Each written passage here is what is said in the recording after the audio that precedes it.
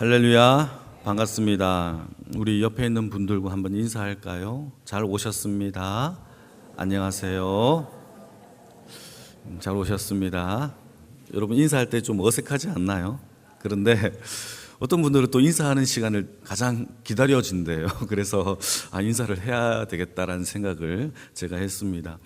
오늘은요, 종료주일인데요. 마태복음 21장의 말씀을 통해서 주가 쓰시겠다라는 제목으로 주의 말씀을 함께 나누겠습니다.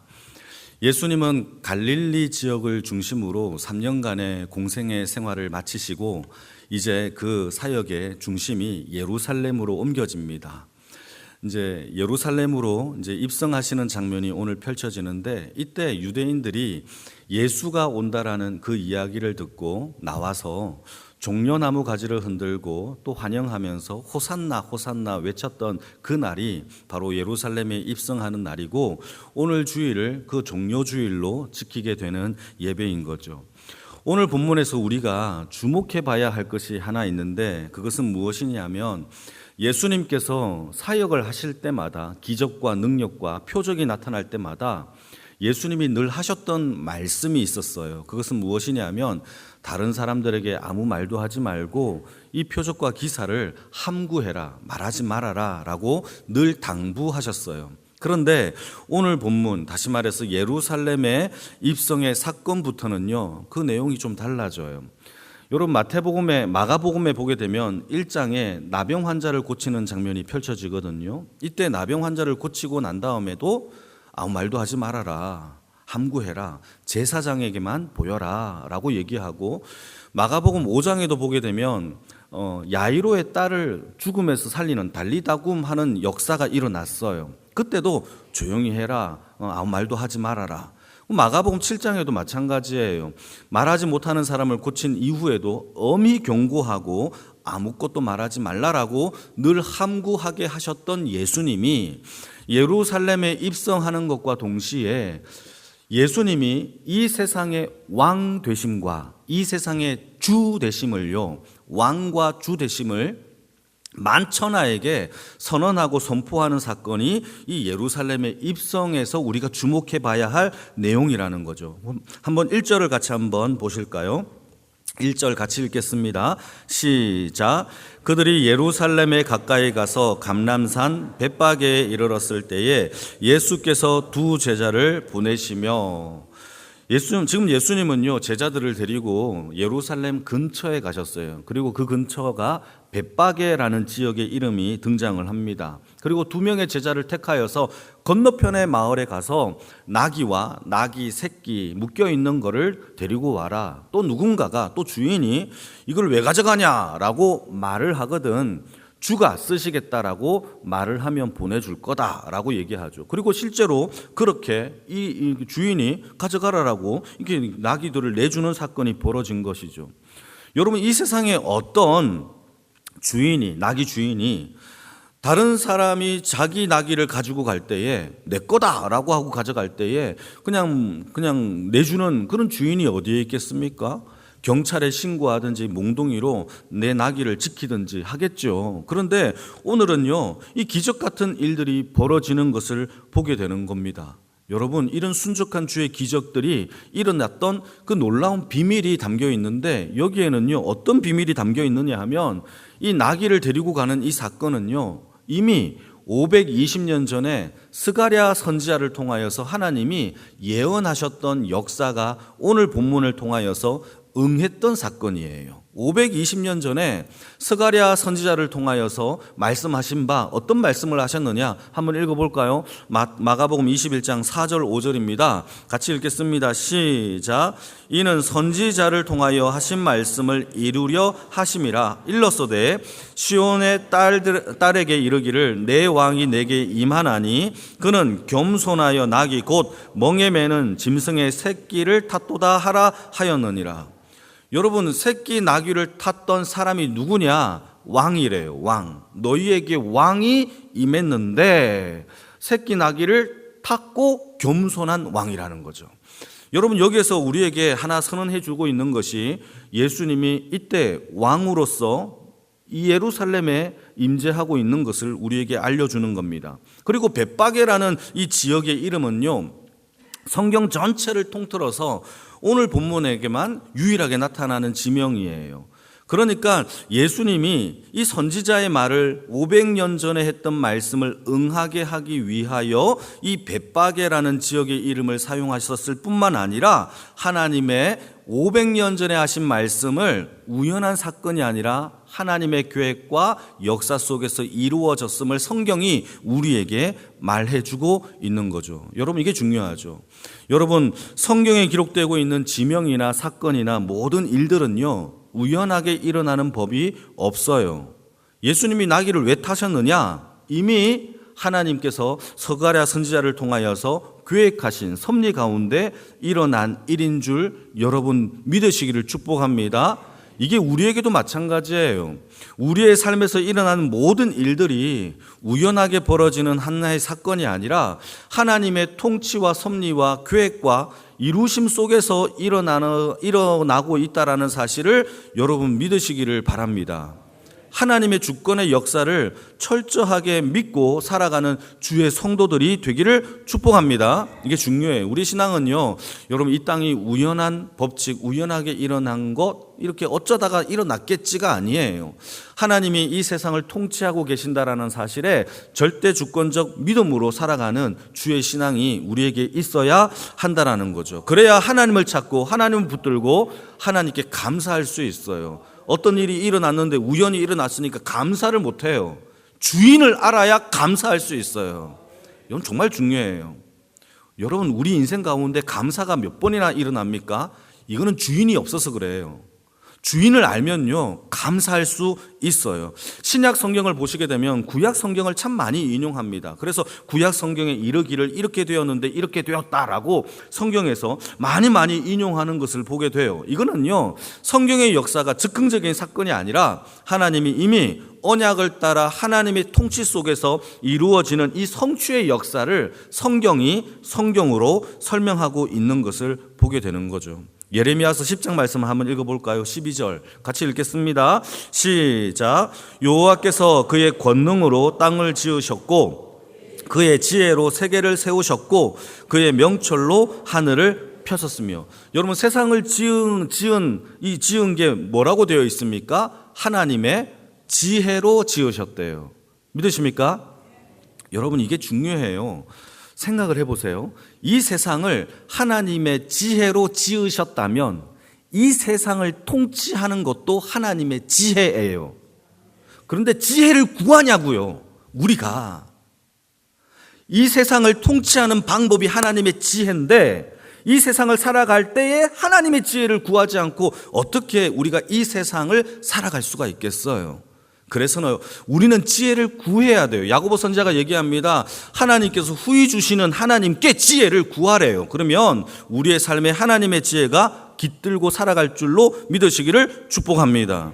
여러분, 그래서 이 세상을 통치하는 것도 운행하는 것도 하나님의 지혜에 있다라는 것을 성경이 얘기하고 있어요. 그러니까 어떤 사람이 이 세상의 모든 역사가 우연이다, 어쩌다가 일어났다라는 것은 하나님의 지혜와 하나님의 통치를 비웃는 것과 마찬가지예요. 여러분, 이 세상에서 우리가 지혜롭다라고 하는 거는요, 사람에게조차도 자신의 인생을 경영을 참 잘 이루어가는 사람을 지혜롭다라고 얘기를 한단 말이에요. 이처럼 지혜라는 거는요, 이 세상을 하나님께서 잘 통치하고 있는 것을 가르쳐요. 그런데 문제는요, 이 지혜를 인간이 스스로 가질 수 있느냐? 우리 스스로 태어나 보니 난 지혜가 있었어, 이럴 수 있느냐?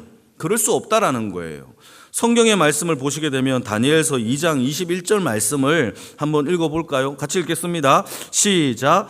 그는 때와 계절을 바꾸시며 왕들을 패하시고 왕들을 세우시며 지혜자에게 지혜를 주시고 총명한 자에게 지식을 주시는 분이 누구죠? 우리 하나님이세요. 그래서 구하래요. 여러분, 지혜를 구하는 인생이 되기를 축복합니다. 잠언서에도 똑같이 나옵니다. 2장 6절 말씀 같이 한번 볼까요? 대저 여호와는 지혜를 주시며 지식과 명철을 그 입에서 내신대요. 여러분, 지혜를 주시는 우리 하나님께 지혜를 구하는 인생이 되기를 축복합니다. 때를 따라 계절이 바뀌고 왕을 세우고 패하고 지혜자에게 지혜를 주시고 총명을 주시는 분이 다 하나님이세요. 여러분, 이것을 믿어야만 우리가 이 땅에서 기도할 수 있어요. 여러분, 하나님께서 이 땅을 통치하시는 분이 하나님이라면 우리는 이 순천시를 위해서 기도해야 돼요. 이 나라의 대통령을 위해서 기도해야 되고, 이 정치와 경제와 우리의 삶의 살림살이를 위해서도 기도해야 돼요. 우리의 자녀들을 위해서 기도하는 것은 당연하지만 그들의 삶의 통치자가 하나님이심을 믿는다면 여러분, 이 땅에서 모든 운행이 되는 모든 역사에 하나님의 지혜를 간구하는 인생이 되어지기를 축복합니다. 이 시대의 흐름을 알기를 원합니까? 기도하세요. 이 땅에서 영적으로 분별할 수 있는 믿음을 갖기를 원하십니까? 기도하셔야 되죠. 왜죠? 이 세상의 통치자가 운행하시는 분이 하나님이시기 때문에 우리는 반드시 기도하는 주의 인생이 되어야 한다라는 사실입니다. 여러분, 종료주의를 통하여서 하나님의 지혜를 구하시는 주의 인생이 되어지기를 축복합니다. 또 한 가지 또 살펴볼 말씀은 3절의 말씀입니다. 우리 같이 한번 3절을 읽어볼까요? 시작. 만일 누가 무슨 말을 하거든 주가 쓰시겠다 하라. 그리하면 적시 보내리라 하시니, 예수님이 2명의 제자를요 건너편 마을로 보내셔서 나귀와 나귀 새끼를 가지고 와라 라고 했는데, 혹시 누군가가 이 나귀를 왜 가져가냐라고 물어본다면 어떻게 답변하라는 겁니까? 주가 쓰시겠다 하라. 여러분, 이때 사용되고 있는 주라는 단어가요 중요해요. 이 주라는 단어에 여러분 별표시 하셔야 됩니다. 이 주라는 단어가 헬라말로 큐리오스인데 이 단어가요 무슨 뜻이냐? 주인, 소유주라는 뜻이에요. 우리가 예수님을요 주님이라고 하잖아요. 맞죠? 예수님을 주님이라고 고백하죠? 그 하는 이유가 오늘 본문이 그 근거예요. 예수님이 스스로 자신을요 주라고 계시한 구절이 유일해요. 이 본문이 주가 쓰시겠다. 그래서 우리는 예수를요 나의 구주라고 얘기를 하고 있다라는 사실이에요. 신학적으로 굉장히 중요한 본문이죠. 여러분, 예수님이 우리의 참된 구주인 줄 믿으시는 분만 아멘. 그래서요 가진 나귀도 주님 것이고 우리가 가진 물질도 내 거 아니에요. 주님 것이고 시간도 건강도 달라고 하면요 다 내올 수밖에 없어요. 웃기지 않습니까? 나귀 진짜 주인이 여기 버젓이 살아있는데 가져가는 거예요. 왜 가져가냐? 주가 쓰시겠다. 이 말이 무슨 뜻이에요? 너는 진짜 주인이 아니야. 진짜 주인이 있어. 가져갈게 라는 뜻이죠. 여러분, 우리의 진짜 주인은 참된 주인이신 예수 그리스도 한 분이신 줄 믿으시기를 축복합니다. 그래서요 내놓으라고 할 때 주인이 가져가시겠다는데 내놓을 수밖에 없는 거죠. 마태복음 28장 18절 말씀을 같이 한번 읽어볼까요? 같이 읽겠습니다. 시작. 예수께서 나와 말씀하여 이르시되 하늘과 땅의 모든 권세를 내게 주셨으니, 할렐루야. 하나님이요 그의 아들 예수에게 하늘과 땅의 모든 권세를 그 예수에게 주셨대요. 여러분, 그러니 이 땅의 모든 실제 주인은요 예수 그리스도 한 분이신 줄 믿으시길 축복합니다. 여러분, 이것을 고백하는 게 위대한 신앙의 믿음이죠. 마태복음 8장에 이걸 고백하는 사람이 실제로 등장해요. 마태복음 8장에 보게 되면 백부장이 나오는데, 이 백부장에게는요 사랑하는 종이 있었어요. 이 종이 이 중풍병으로 고통 속에서 힘들어하는 것을 보게 됩니다. 그래서 이 백부장이 예수님께 찾아가서 내 종을 고쳐달라고 이렇게 부탁을 하죠. 그러면서 하는 말이 이렇게 얘기를 해요. 나도 백부장이라 내 밑에 부하가 있어요. 이더러 가라고 하면 가고 저더러 오라고 하면 오고 내 하인에게 이걸 하라고 하면 합니다. 그러니 주님, 우리 집까지 올 필요 없어요. 집에까지 올 필요 없고 지금 여기에서 말씀만 하옵소서. 그러면 내 종의 병이 낫겠나이다 라고 얘기를 하는 거죠. 이 백부장의 이 믿음은요 뭐냐? 이 질병도 치유도 이 땅의 모든 권세가 다 예수 그리스도의 하수의 종들로 생각한 거죠. 그러니까 이 질병도 여기서 말만 하면 떠나가는 하나의 한낱 종밖에 안 됩니다 라는 고백을 백부장이 한 거예요. 여러분, 믿음이 위대하죠. 그래서 예수님도요, 이 백부장의 믿음을 향하여서 유일하게 칭찬을 하나 합니다. 내가 진실로 이루노니 이스라엘 땅 중에서 이만한 믿음을 내가 본 적이 없다라고 유일하게 칭찬을 하세요. 여러분, 절대 주권 하나님께 있고 주가 쓰시겠다 할 때 내놓을 수밖에 없는 이 믿음이 구원받은 저와 여러분들에게 있기를 주님의 이름으로 축복합니다. 그래서 우리의 신앙도 보시게 되면 우리가 속량받았다라는 뜻이 무슨 뜻이냐 하면, 이제는 내가 죄의 권세에 묶여있는 마귀가 우리의 주인이었던 삶이 예수의 피로 말미암아 속량, 구속받았다라는 것은 이제 더 이상 우리의 주인이 마귀가 아니라 예수 그리스도에게 넘어갔다라는 것을 선언하는 것이 속량받은 주의 백성의 믿음인 줄 믿으시길 축복합니다. 우리를 붙들고 있는 것은 세상이 아니에요. 우리의 참된 주인이신 생명의 구주인 예수님이 우리의 참된 구주인 줄 믿으시길 축복합니다. 고린도전서 6장도 사도 바울이 이런 이야기를 합니다. 같은 얘기인데요. 같이 읽어보겠습니다. 19절 20절 시작. 너희는 너희 자신의 것이 아니라 값으로 산 것이 되었으니 그런즉 너희 몸으로 하나님께 영광을 돌리라. 사도 바울은요, 고린도 교회에게 이런 얘기를 해요. 구속과 속량에 대한 이야기를 하면서 이제 너희는 너희의 것이 아니야. 너희를 구속하신, 값을 치르고 사신 예수님의 것이야 라고 우리에게 얘기해 주는 거죠. 여러분, 주인의 참된 특징은요, 주인 마음대로 할 수 있어요. 그런데요, 종이, 잘 들으셔야 됩니다. 종이 자기 마음대로 하면 죄예요. 종은요, 자기 마음대로 할 수 없어요. 만약에 주인과 종의 관계가 아니어도 마찬가지입니다.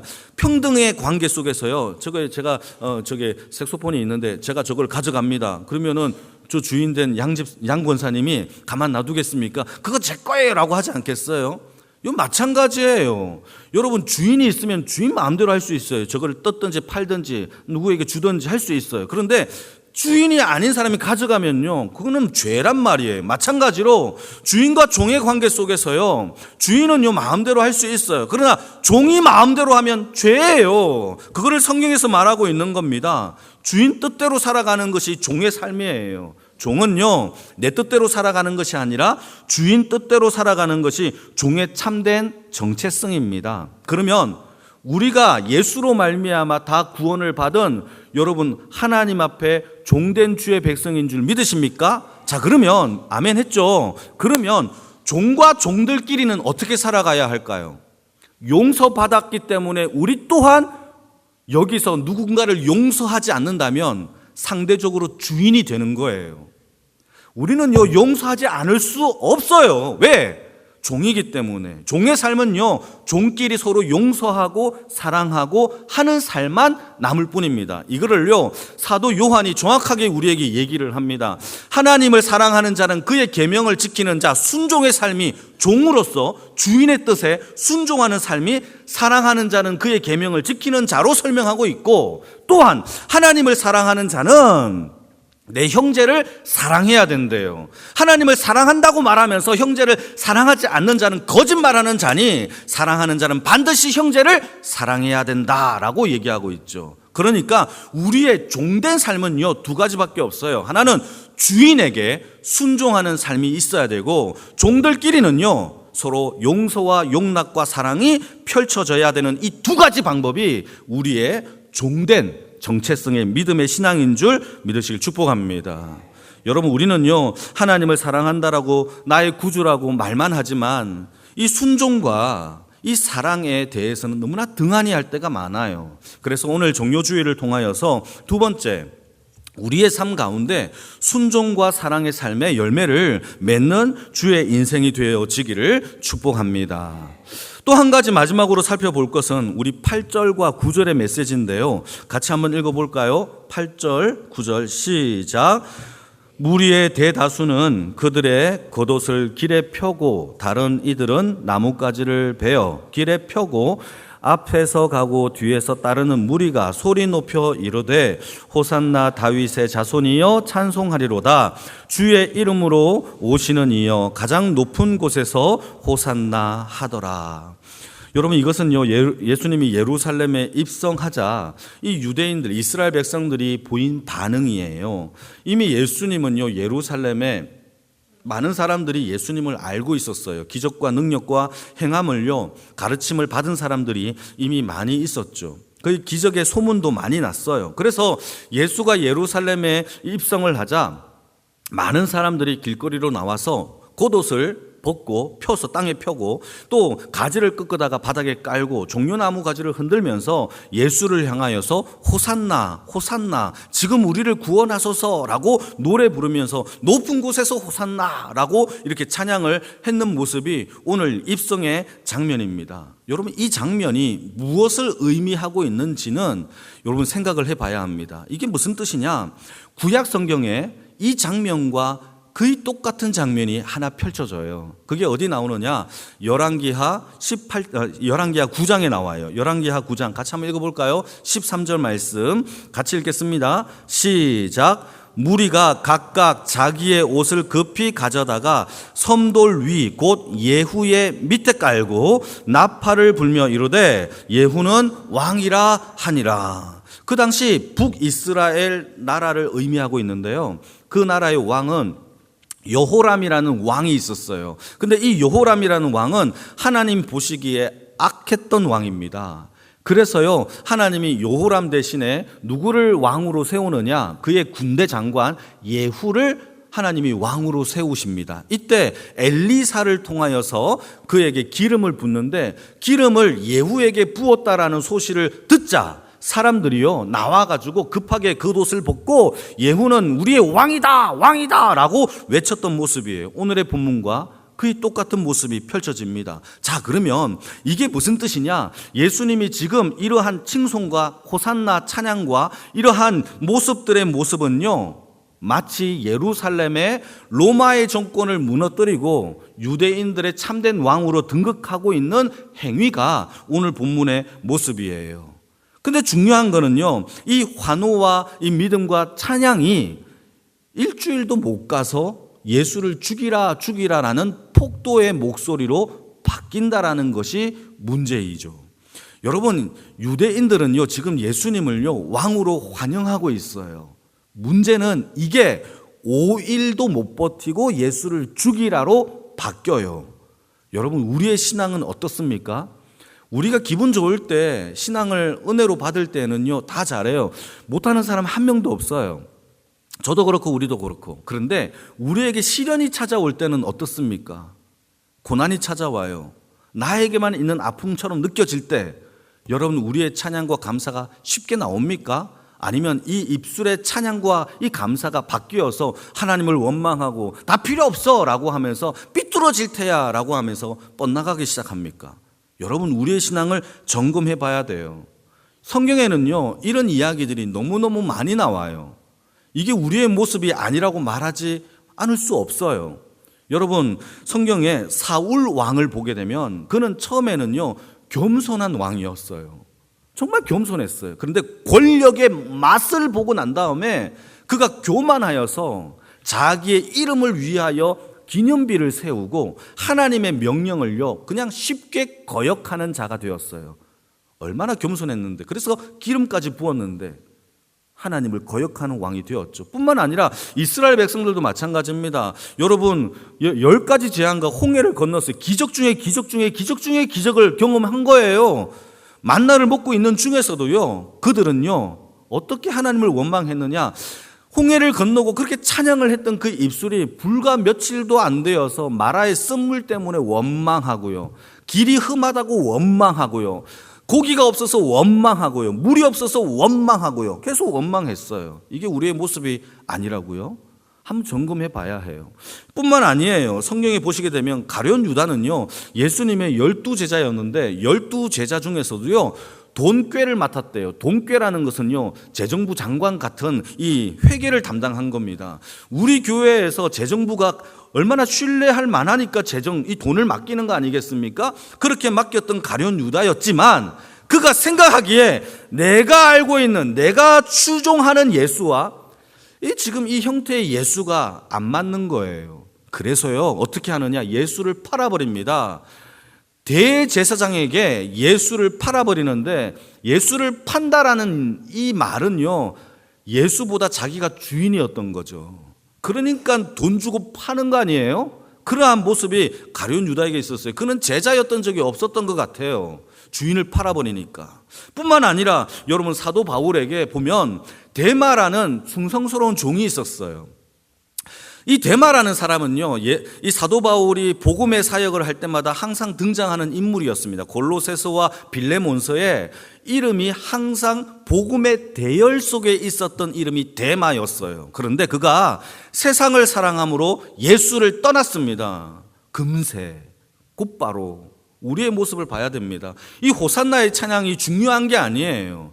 하나님이 저와 여러분들에게 요구하시는 것은요, 본을 따라가야 돼요. 본. 예수님을 닮는다라는 것은 모양과 흉내를 내는 이 모사하는 게 아니라 본이 바뀌는 거예요. 본을 따라 근본이 바뀌는 것이 진짜 신앙의 모습인 줄 믿으시기를 축복합니다. 그래서요, 예수의 심장을 가지는 것이지 예수를 흉내내고 말투를 흉내내고 그렇게 어설프게 따라하는 것이 아니에요. 여러분, 사도 바울도 얘기합니다. 표면적 유대인이 아니요. 표면적은요, 겉으로만 겉이 번지르르한 이 유대인이 진짜 유대인이 아니래요. 내면적 유대인이 진짜 유대인이에요. 여러분, 우리의 속, 그리스도의 심장, 우리의 마음이, 속사람이 바뀌어지는 주의 인생이 되어지기를 축복합니다. 우리의 속사람이 바뀌면 모방하려고 안 하려고 해도 그냥 자연스럽게 본을 따라 근본이 바뀌어 행동으로 나타나는 거죠. 우리의 삶 가운데 우리의 근본이 바뀌어지는 그리스도의 심장을 갖는 주의 인생의 삶이 되어지기를 축복합니다. 예수님이요, 마태복음 23장에서 서기관과 바리새인들을 책망하는 장면이 되게 많이 나와요. 그때 여러분, 이 책망하는 장면 가운데서도 이런 얘기를 합니다. 어떤 얘기를 하느냐? 박하와 회향과 근처에 11조는 드렸다. 이 말은요, 정확하게 11조를 드렸대요. 어떤 것도 떼먹는 일이 없이 하나님 앞에 정말 하나도 근거 없이 완벽하게 11조를 드렸대요. 그런데 중요한 것은 그 뒤입니다.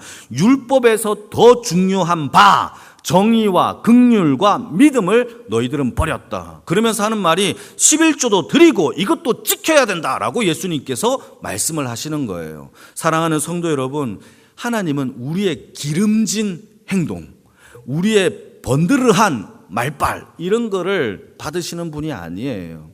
우리의 근본, 속사람, 그리스도의 심장으로 살아가는 주의 인생이 되어지기를 축복합니다. 호산나가 있다고 해서 좋은 게 아니라 호산나를 뒷받침할 수 있는 근본, 믿음의 신앙이 우리에게 있기를 축복합니다. 아니면 다 모래 위에 지은 집과 같다라는 거죠. 제가 좋아하는 이윤기 씨가 있어요. 이분이 책을 많이 쓰셨는데 이 이윤기 씨가 쓴 책 중에서 어른의 학교라는 책이 있어요. 어른의 학교. 이 어른의 학교라는 이 책을 보게 되면은 여기에 비료에 대한 이야기가 나와요. 제가 예전에도 한번 이야기한 것 같은데 비료에 대한 이야기가 나오는데 두 종류의 비료가 있대요. 두 종류의 비료. 하나는 화학성 비료가 있고요. 이 비료는 뿌리면 즉시 효과가 나타나서 이게 속효성의 비료라고 얘기를 한대요. 뿌리면 즉시 효과가 나타나니까 속효성, 빠를 이게 속히 일어난다라는 이 효과. 두 번째 이 비료는요, 거름이에요. 거름. 이거는요, 나뭇잎이 썩어서 만들어진 이런 걸로 만들어지는 거름인데요. 이 거름은요, 천천히 땅의 기운을 돋운다고 해서 거름이라는 거예요. 거름. 이 거름은요, 빨리 일어나는 법은 없지만 문제는요, 이 화학성 비료는 뿌리면 뿌릴수록 빨리 효과는 벌어지지만 땅은 산성화되어서 땅이 죽는데요. 그런데 반면에 거름은요, 그렇지 않대요. 천천히 효과는 있지만 땅도 살리고 열매도 맺게 하는 것이 걸음이래요. 저는요, 이 이야기를 좀 묵상하면서 우리의 신앙이 마치 화학성 비료가 되면 안 되겠다라는 생각이 들었어요. 급하게 호산나 외쳤지만 5일도 못 버티는 이 신앙이 우리를 구원시킬 수는 없어요. 우리의 근본이 바뀌어지는 이 걸음과 같은 신앙이 저와 여러분들에게 있기를 축복합니다. 예수의 근본 대신 예수의 심장이 우리를 발동하여서 그 에너지와 능력과 힘으로 말미암아 우리의 삶의 모든 영역에 다 살려내야죠. 우리의 믿음과 기도와 말씀과 신앙과 이웃과의 관계도 다 살려내는 근본에 바뀌어지는 걸음과 같은 주의 백성의 신앙이 저와 여러분들에게 있기를 주님의 이름으로 축복합니다. 그 신앙을 통하여서 하나님께 영광을 올려드리는 주의 인생, 주의 백성 다 되어지기를 주님의 이름으로 축복합니다. 아멘.